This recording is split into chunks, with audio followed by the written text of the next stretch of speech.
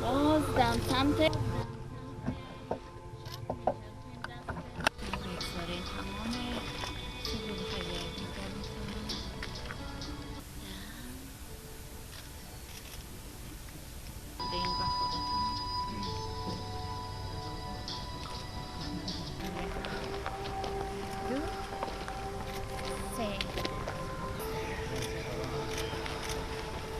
حالا انگشت ها را گره میزنین و میگذارین روی این روز را ما در زمان تجلیل میکنیم که ئەم ڕۆیەتی ڕۆژ گیانی یۆگا دەکەینەوە لە کاتێکدا ڤایرۆسی کۆڕۆنا بە گیاندا بڵاو بۆتەوە.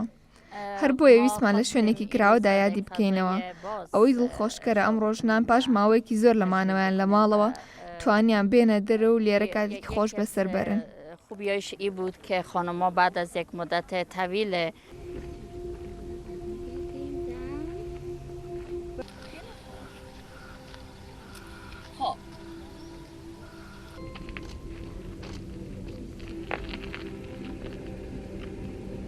طبعا در این روزا استرس کرونا در همه جا هست. هەموو کەس بۆی ڤایرۆسی کۆڕنا و سترێسی لەسەر و زۆر ڕێگە هەیە بۆ کەمکردنەوەی ئەو سترێسە. یۆگاش ڕێگەیەکی زۆر باشە بۆ هێورکردنەوەی مێشک و دەروونمان.